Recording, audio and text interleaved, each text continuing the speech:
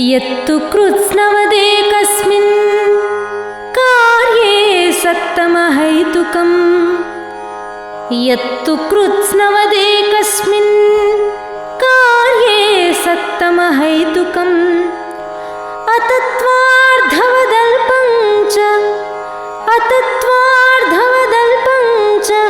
तत्तामसमुदाहृतम्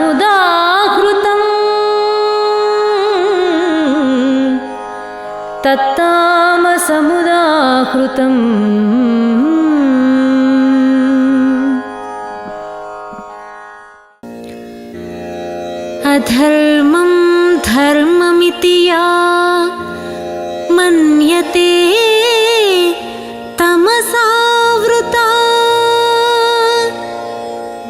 अधर्मं धर्ममिति या मन्यते तमसावृता सर्वार्थान् विपरीताश्च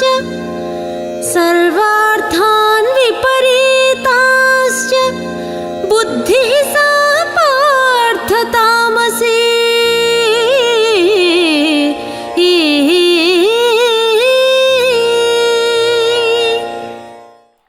ओम शांति।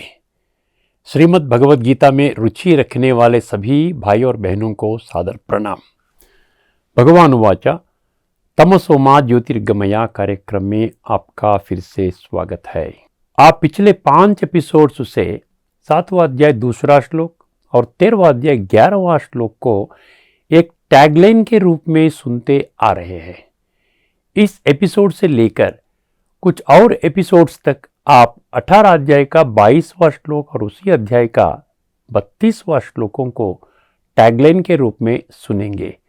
ये 2 श्लोक हमें तामसिक ज्ञान और तामसिक बुद्धि की स्पष्ट और सच्ची परिभाषा बताते हैं। जो गीता प्रेमी जिज्ञासु और भक्त इस गुह्य सत्य को समझ लेंगे, उन्हें 18 अध्याय 20वां श्लोक और उसी अध्याय का 30वां श्लोक में बताए ज्ञान अनुसार तामसिक ज्ञान और तामसिक बुद्धि को सात्विक में बदलने का दृढ़ संकल्प प्राप्त होगा। हम सभी को गीता द्वारा बताए गए एक गुह्य सत्य को हमेशा ध्यान में रखना चाहिए। सात्विक संस्कारों के साथ जीवन जीते हुए, अच्छे कर्म करते हुए जो लोग अंत में श्रेष्ठ स्थिति को पाते हुए अपना देह त्याग देते हैं और उसके पश्चात सतयुग और त्रेतायुग जैसे श्रेष्ठ उत्तम युग में अपना नया जन्म लेते हैं। इसके विपरीत जो लोग तामसिक ज्ञान और तामसिक बुद्धि के साथ अपना जीवन जीते हैं और उसी स्थिति में देह का त्याग करते हैं, वे लोग सत्य त्रेता युग में उत्कृष्ट जन्म प्राप्त करने का अवसर हमेशा के लिए खो देते हैं। 14वां अध्याय 14वां श्लोक में बताए गए इस रहस्यमय एवं गंभीर सत्य को गीता प्रेमी हल्के में नहीं ले सकते। गीता प्रेमी जिज्ञासु और भक्तों द्वारा ध्यान देने योग्य एक और महत्वपूर्ण बात यह है कि जो लोग सात्विक और तामसिक ज्ञान तथा सात्विक और तामसिक बुद्धि इन दोनों के बीच के अंतर को स्पष्ट रूप से समझते हैं और तदनुसार तामसिक से सात्विक में परिवर्तन करने का पुरुषार्थ करते हैं, केवल वे ही भगवान को प्राप्त और अनुभव करेंगे। हम पहले ही 16वां और 18 एपिसोड्स में इन टैगलाइन श्लोकों पर विस्तार से चर्चा कर चुके हैं। आइए इनमें निहित गुह्य तत्व को संक्षेप में जानते हैं। गीता प्रेमिकों को इस बात पर खास ध्यान देना चाहिए। 18 अध्याय 22वां श्लोक। भगवान उवाच मैं आत्मा हूँ, यह मेरा शरीर है। स्वयं भगवान द्वारा प्रकट किए इस गीता के मूल आध्यात्मिक सिद्धांत की उपेक्षा करना और मैं शरीर हूँ इस भ्रम और अज्ञान के साथ अपने जीवन के 24 घंटे और 365 दिन बिताना और इस असत्य मार्ग को ही सच्चा मानना ऐसे वर्तमान समय के मायावी लोगों द्वारा प्रचलित सिद्धांत को अहैतुकम, अतत्वार्धम और अल्पम बताते हुए स्वयं भगवान ने इसको तामसिक ज्ञान का ठप्पा लगा दिया है। अहैतुकम का अर्थ है अतार्किक व तर्क रहित अर्थात इलॉजिकल। अतत्वार्धम का अर्थ है असत्य या झूठ अर्थात अनट्रूथ और फॉल्सहुड। और अल्पम का अर्थ है अत्यंत निम्न कोटि का ज्ञान अर्थात वेरी लो ग्रेड नॉलेज। अब आते 18 अध्याय 32वां श्लोक। भगवान उवाच अधर्मम धर्ममिति मन्यते तमसावृता। पंक्ति तामसिक बुद्धि वालों का मुख्य लक्षण वर्णन करते हुए सभी को आश्चर्यचकित व विस्मय में डाल देता है। ऐसे लोगों के क्या लक्षण है? तामसिक बुद्धि वाले लोग अधर्म के मार्ग पर चलते हैं और यह सिद्ध करने का पूरा प्रयास करते हैं कि अधर्म का मार्ग ही सही मार्ग है, धर्म का मार्ग है। ऐसे लोगों द्वारा किया गया हर गलत कर्म लोगों को दुख ही देता है, लेकिन कभी खुशी नहीं देता। सर्वार्धान विपरीतांश्चा, इसका अर्थ है कि ऐसे असत्य मार्ग का अनुसरण करने वाले पाप कर्मी ही अपने कर्म को सर्वोत्तम कर्म मानकर बेशर्म व अर्थ रहित बहस करते हैं कि यही सही मार्ग है और सभी को इस मार्ग पर चलने के लिए प्रोत्साहित करते हैं। इसीलिए वर्तमान समय में सभी लोग उस रास्ते पर चल रहे हैं। वे यह नहीं जान पाते हैं कि देहभान में किए गए ऐसे पाप कर्म ही वर्तमान मनुष्यों के जीवन में दुख, अशांति, तनाव, रोग, झगड़े और समस्याओं का मूल कारण है। वे इस सत्य को समझने में असमर्थ है कि ऐसे नीच कर्म उनके भावी जीवन को भी नष्ट कर देंगे। इसलिए आज के बुजुर्ग कहते हैं विनाश काले विपरीत बुद्धि। ऐसे बुद्धि को भगवान ने बुद्धि ही सा पार्थ तामसी पंक्ति के माध्यम से तामसिक बुद्धि के रूप में वर्णित किया है। गीता प्रेमी और जो लोग भगवान को प्राप्त और अनुभव करने की दृढ़ इच्छा रखते हैं वे इन दो श्लोकों द्वारा प्रकट किए गए गहन तत्व को कभी भी नजरअंदाज नहीं कर सकते। हम इस एपिसोड में चर्चा शुरू करने से पहले हम गीता प्रेमियों के साथ साथ सभी के ध्यान में एक और महत्वपूर्ण आध्यात्मिक रहस्य ला रहे हैं। धार्मिक जगत में अब तक श्रीमद् भगवद गीता को व्याख्या व भाष्यम व इंटरप्रिटेशन के माध्यम से ही समझ रहे हैं। अब हम पहली बार भगवान के महावाक्यों को इस भगवान वाचा कार्यक्रम के माध्यम से यह समझाने का प्रयास कर रहे हैं कि तत्व के आधार पर कैसे समझा जाए। गीता प्रेमियों, जिज्ञासुओं और भक्तों को इस गुह्य सत्य को पहचानना चाहिए कि गीता ज्ञान को व्याख्या के आधार से या तत्व के आधार से समझे, इन दोनों में रात और दिन का अंतर है। वह अंतर क्या है? भाष्यम व व्याख्या के आधार से सभी के बुद्धि में यह दृढ़ विश्वास बैठा है कि गीता ज्ञान स्वयं भगवान ने श्री कृष्ण के रूप में केवल एक अर्जुन नाम के व्यक्ति को कुरुक्षेत्र के युद्ध के मैदान में सिखाया गया था। इससे स्पष्ट होता है कि वर्तमान में इस पृथ्वी पर जो 800 करोड़ लोग हैं उसे इस ज्ञान से कोई प्रत्यक्ष संबंध है ही नहीं। यह बात बहुत ही गंभीर और विचारणीय है। इसी कारण आज के लोग, जैसा गीता के 10वां अध्याय 32वां श्लोक में अध्यात्म विद्या विद्यानाम के पंक्ति के माध्यम से स्पष्ट होता है कि गीता एक अद्भुत एवं अद्वितीय आध्यात्मिक ग्रंथ है, परंतु इस तथ्य को नजरअंदाज करते हुए गीता को केवल एक धार्मिक ग्रंथ के रूप में माना गया। यही वह एक भारी भूल है जिसके परिणाम स्वरूप गीता को केवल पढ़ने, पारायण करने, सुनने और प्रचार करने तक सीमित रख दिया है। क्या इस ग्रह पर समस्त मानवता के आध्यात्मिक उत्थान के दिशा में मार्गदर्शन करने के लिए एक भी शास्त्र व ग्रंथ नहीं है जिससे हमारा प्रत्यक्ष संबंध हो? गीता अभिलाषियों सहित किसी ने भी आज तक इस प्रश्न का उत्तर देने का प्रयास नहीं किया है। सच तो यह है कि गीता का हम सभी मानव जाति से सीधा प्रत्यक्ष संबंध है। यदि गीता को तत्व के आधार पर समझा जाए तो यह सत्य स्पष्ट रूप से प्रकट होगा कि गीता ज्ञान केवल मेरे जीवन को बेहतर बनाने के लिए ही है। इसके लिए हमको बुद्धि नेत्र जो भगवान ने केवल मनुष्य को ही प्रदान की है उसको जगाने के सिवाय और कुछ नहीं करना है। गीता द्वारा प्रकट किए गए गुह्य तत्व को अंधविश्वास या मूढ़ विश्वास से समझना असंभव है।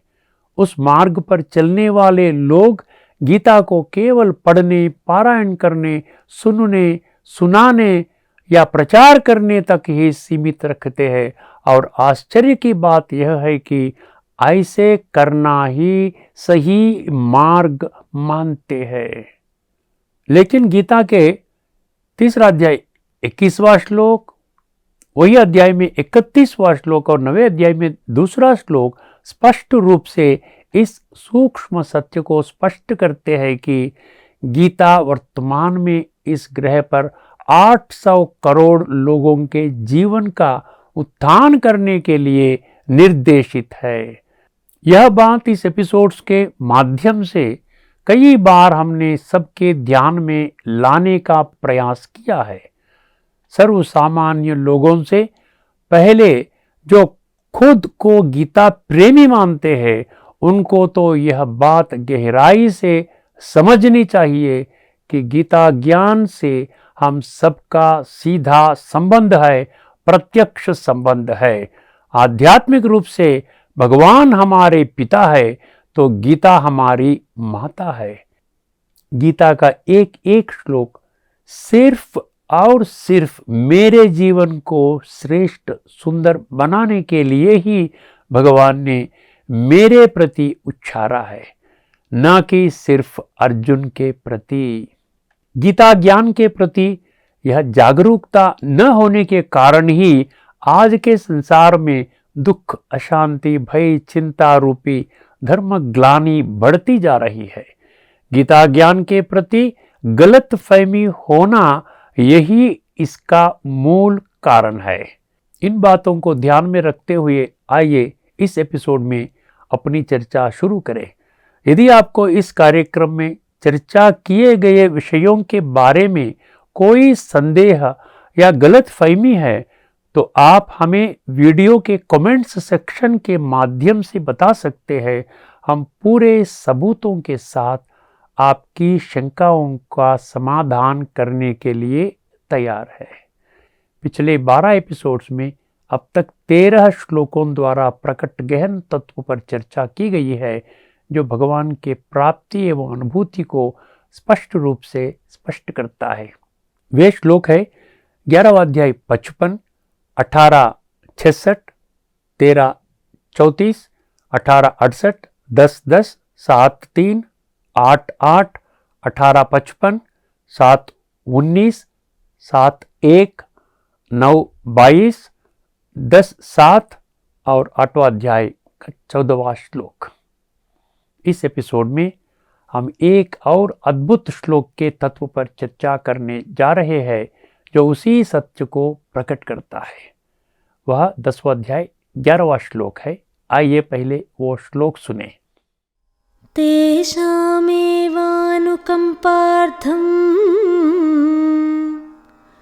अहमज्ञानजं तमः तेषामेवानुकम्पार्थम् अहमज्ञानजं तमः नाशयाम्यात्मभावस्थो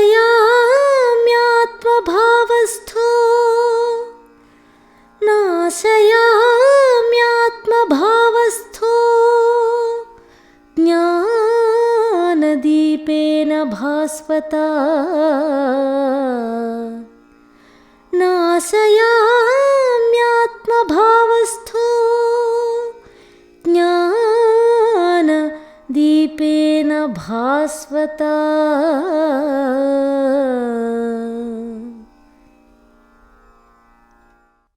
इस श्लोक की 4 पंक्तियां तेषामेवानुकंपार्थम अहम अज्ञानजम तमः नाशयाम्य आत्मभावस्थो ज्ञानदीपेन भास्वता, इन चारों पंक्तियों में गहरे तत्व समाहित है। आइए सबसे पहले तेषामेवानुकंपार्थम पंक्ति द्वारा प्रकट किए गए गहन तत्व को देखें। तेषाम का अर्थ है वह लोग। कौन है वे लोग? उनकी अनूठी विशेषताएं क्या है? इसके लिए हमें इस श्लोक के पहले श्लोक 10वां अध्याय 10वां श्लोक में प्रकट तत्व को स्पष्ट रूप से समझने की आवश्यकता है, जिसकी चर्चा हम पहले ही 19वां एपिसोड में कर चुके हैं। उस श्लोक में प्रकट तत्व पर ध्यान दें। जो लोग ऐसा लक्ष्य रखते हैं कि परमात्मा या भगवान के साथ संबंध केवल कुछ क्षणों या कुछ मिनटों या कुछ घंटों या कुछ दिनों के लिए ही नहीं, बल्कि निरंतर अनुभव करना चाहिए, और वह संबंध केवल एक कर्मकांड जैसा नहीं बल्कि प्रेम पूर्वक होना चाहिए, उनके बुद्धि नेत्र को खोलने की जिम्मेदारी स्वयं भगवान लेते हैं। यहाँ तेषाम का अर्थ है जो लोग जिनमें ऐसा लक्षण होगा। अनुकंपार्थम शब्द यह स्पष्ट करता है कि ऐसे लोगों को भगवान की प्राप्ति एवं अनुभूति कराने का दिव्य कर्तव्य स्वयं भगवान लेते हैं। अनुकंपार्थम शब्द का अर्थ है जो लोग ऐसा लक्ष्य रखते हैं उन पर भगवान की कृपा या दया व करुणा विशेष होगा। अहम एवा का अर्थ है स्वयं भगवान। 100 श्लोकों में अहम शब्द इस सत्य को स्पष्ट करता है कि भगवान समस्त मानव जाति के लिए एक है। जो लोग इस सत्य की उपेक्षा करते हैं वे गीता द्वारा प्रकट किया गया गहन तत्व को कभी नहीं समझ सकते हैं। अज्ञानजम तमः इस शब्द में गहन तत्व निहित है। यदि अज्ञान और तमः 2 शब्दों का अर्थ स्पष्ट रूप से समझ में आ जाए तो तत्व का बोध हो जाता है। सभी को गीता में बताई गई ज्ञान और अज्ञान की सही परिभाषा को स्पष्ट रूप से समझना चाहिए। आइए हम उसकी समीक्षा करें जिस पर हम पहले ही चर्चा कर चुके हैं। मूल आध्यात्मिक सिद्धांत यह बताता है कि इस ग्रह पर रहने वाले प्रत्येक मनुष्य का व्यक्तित्व एक स्थूल विनाशी शरीर और एक सूक्ष्म अविनाशी आत्मा से बना है। इसे कभी भी नजरअंदाज नहीं किया जा सकता है। इसीलिए मनुष्य को ह्यूमन बॉडीज नहीं कहा जाता बल्कि ह्यूमन बीइंग्स अर्थात जीवात्माएं कहते। यहाँ बीइंग का अर्थ है अविनाशी आत्मा। मनुष्य को इस सत्य का बोध होना चाहिए कि यह अविनाशी आत्मा ही नाशवान शरीर का मालिक है। वर्तमान के मनुष्य मेरा स्वास्थ्य ठीक नहीं है, मेरे हार्ट की बाईपास सर्जरी हुई है, शब्दों में मैं शब्द आत्मा का प्रतीक है। इसलिए कोई भी ऐसा नहीं कहता है कि मैं देह हूं या मैं हार्ट हूं। इस विषय पर हमने 6, 7 और 8वां एपिसोड्स में व्यापक चर्चा की गई है। जो ज्ञान जीवन में इस सत्य का अनुभव कराता है कि मैं आत्मा हूं और यह शरीर मेरा है। यही ज्ञान सही मायने में सत्य ज्ञान है। इसके विपरीत संसार में उपलब्ध जो कोई भी ज्ञान हमें मैं शरीर हूं के भ्रम या भ्रांति से मुक्त करने का रास्ता नहीं बताता है, उसे अज्ञान माना जाता है। इसका स्पष्टीकरण गीता के 13वां अध्याय 11वां श्लोक में स्वयं भगवान द्वारा अज्ञानम यदतो अन्यथा पंक्ति के माध्यम से दिया गया। अज्ञान और ज्ञान के बीच के अंतर को गीता प्रेमियों सहित सभी को स्पष्ट रूप से समझना चाहिए। अब आइए तमः शब्द की सही अर्थ और भाव को समझें। तमः का अर्थ है तमस या तामसिक। तामसिक, राजसिक और सात्विक यानी उत्तम, मध्यम और अधम की तीनों अवस्थाओं में तमस अंतिम अवस्था है। 14वां अध्याय 5वां श्लोक में यह स्पष्ट करता है कि प्रकृति द्वारा निर्मित ये त्रिगुण आत्मा को बांधते हैं। तामसिक अवस्था में रहना माना इस सत्य को अनदेखा करना कि मैं आत्मा हूं और यह मेरा शरीर है, और इस अज्ञान में जीना कि मैं शरीर हूं। अब आते हैं आत्मभावस्था शब्द पर। इस शब्द में आत्मा शब्द मुख्य है। आत्मा चेतना का प्रतीक है जो इस नाशवान शरीर में निवास करती है और इसे शरीर के स्थूल आंकों से नहीं देखा जा सकता है। जो लोग जन्मों जन्म देह की भान में फंसे हैं और इसी भ्रम में 24 घंटे या 365 दिन बिताते हैं कि मैं शरीर हूं, वे आत्मा देह का मालिक है। इस सत्य को न समझने का कारण आत्मा को शुद्ध करने की प्रक्रिया को समझने में समर्थ नहीं होते हैं। इसके कारण वर्तमान में आत्मा तामसिक अवस्था में पहुंच रही है, अर्थात पुण्य आत्माएं भी धीरे धीरे पाप आत्माओं में बदलती जा रही है। अब स्वाभाविक रूप से यह प्रश्न उठता है कि पापात्माओं को पुण्य आत्मा कौन बनावे? यह दिव्य कर्तव्य कौन कर सकता है? आश्चर्य की बात है कि आज तक यह तो एक $multi million प्रश्न जैसा ही रह गया है। इस प्रश्न का उत्तर पाने का प्रयास गीता प्रेमी सहित कोई भी नहीं करते हैं। 33 करोड़ देवी देवता, अनेक धर्मपिता या धर्म स्थापक, साधु संत, ऋषि मुनि, सन्यासी, महामंडलेश्वर, पीठाधिपति, धर्म गुरु आदि जिन्हें लोग भगवान के रूप में पूजते हैं, वे अब तक किसी भी आत्मा को पुण्यात्मा बनाने का कार्य क्यों नहीं कर पाए? यदि ऐसा होता तो वर्तमान संसार वैसा न होता जैसा कि अब है, बल्कि स्वर्गीय होता। यहाँ गीता प्रेमियों ध्यान पूर्वक समझने का सबसे सूक्ष्म सत्य यह है कि जैसा गीता 18 अध्याय 40वां श्लोक में यह स्पष्ट रूप से स्पष्ट करता है कि देवी देवताओं सहित सभी भौतिक प्राणी त्रिगुणों से बंधे हुए होते हैं। इसीलिए त्रिगुण में आने वाले कोई भी देहधारी पापात्मा को पुण्यात्मा बनाने का दिव्य कर्तव्य नहीं निभा सकते। पापात्मा से पुण्यात्मा बनाने का दिव्य कर्तव्य सिर्फ एक और एक परमात्मा ही कर सकते हैं, जो पतित पावन सृष्टि के आदि मध्य अंत का ज्ञाता और ज्ञान का सागर है। इसका स्पष्टीकरण 18 अध्याय 66 और 10वां अध्याय 3 श्लोकों में स्वयं भगवान किया है। भगवान का सच्चा स्वरूप आत्मा स्वरूप है। उन्हें देहधारियों जैसा खुद का शरीर नहीं है। इस कारण ही वे जन्म और मृत्यु के चक्र में नहीं आते हैं।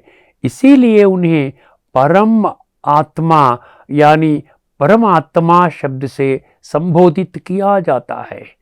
आत्मभावस्था इसका अर्थ है कि आत्मा में जो जन्मों जन्म जमा पाप कर्मों द्वारा इकट्ठा हुई पतित पने की जंक है, इसे केवल परमात्मा ही हटा सकता है।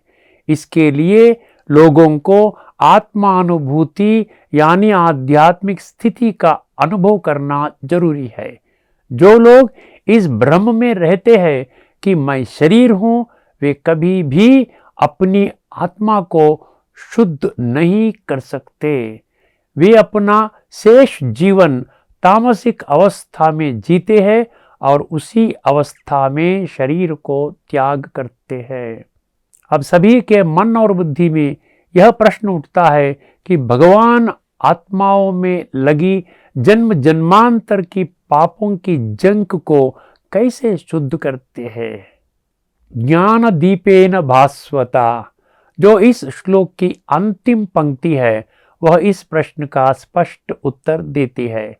गीता यह स्पष्ट करती है कि केवल परमात्मा या भगवान ही ज्ञान का सागर और पतित पावन है।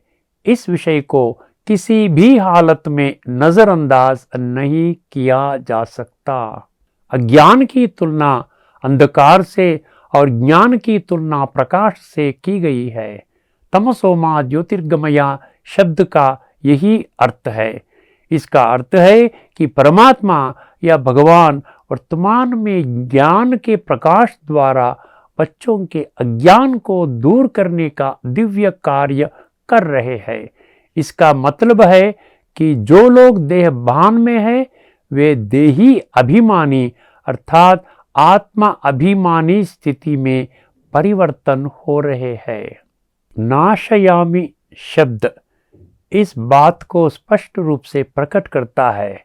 आत्मा में जन्मों जन्मों से संचित पाप को पूर्णतः नष्ट करने से पाप आत्मा पुण्य आत्मा बन जाती है। आत्मा जो तामसिक अवस्था में थी, वह पुनः सात्विकता में परिवर्तित हो जाती है। इस प्रकार देवी देवताओं, धर्म स्थापकों, साधु संतों आदि जो साकार रूप अर्थात देहधारी है और एक परमात्मा या भगवान जो निराकार रूप में है, उन दोनों के बीच स्पष्ट अंतर गीता में पूर्ण सबूतों के साथ स्पष्ट किया गया है। हम आगामी एपिसोड्स में इन रहस्यों पर चर्चा करने जा रहे हैं। इस सत्य को गीता प्रेमियों, गीता प्रचारकों, जिज्ञासुओं और भक्तों को कम से कम अब से इस सत्य को पहचानना चाहिए। इस व्यापक चर्चा से इस श्लोक से प्रकट तत्व को बहुत आसानी से समझ सकते हैं। 10वां अध्याय 10वां श्लोक और 10वां अध्याय 11वां श्लोक को जोड़कर समझना चाहिए। मैं उन लोगों पर विशेष दया या करुणा दिखाता हूं जो बुद्धि योग अर्थात मन और बुद्धि के माध्यम से निरंतर और प्रेम पूर्वक मेरे साथ जुड़े रहते हैं।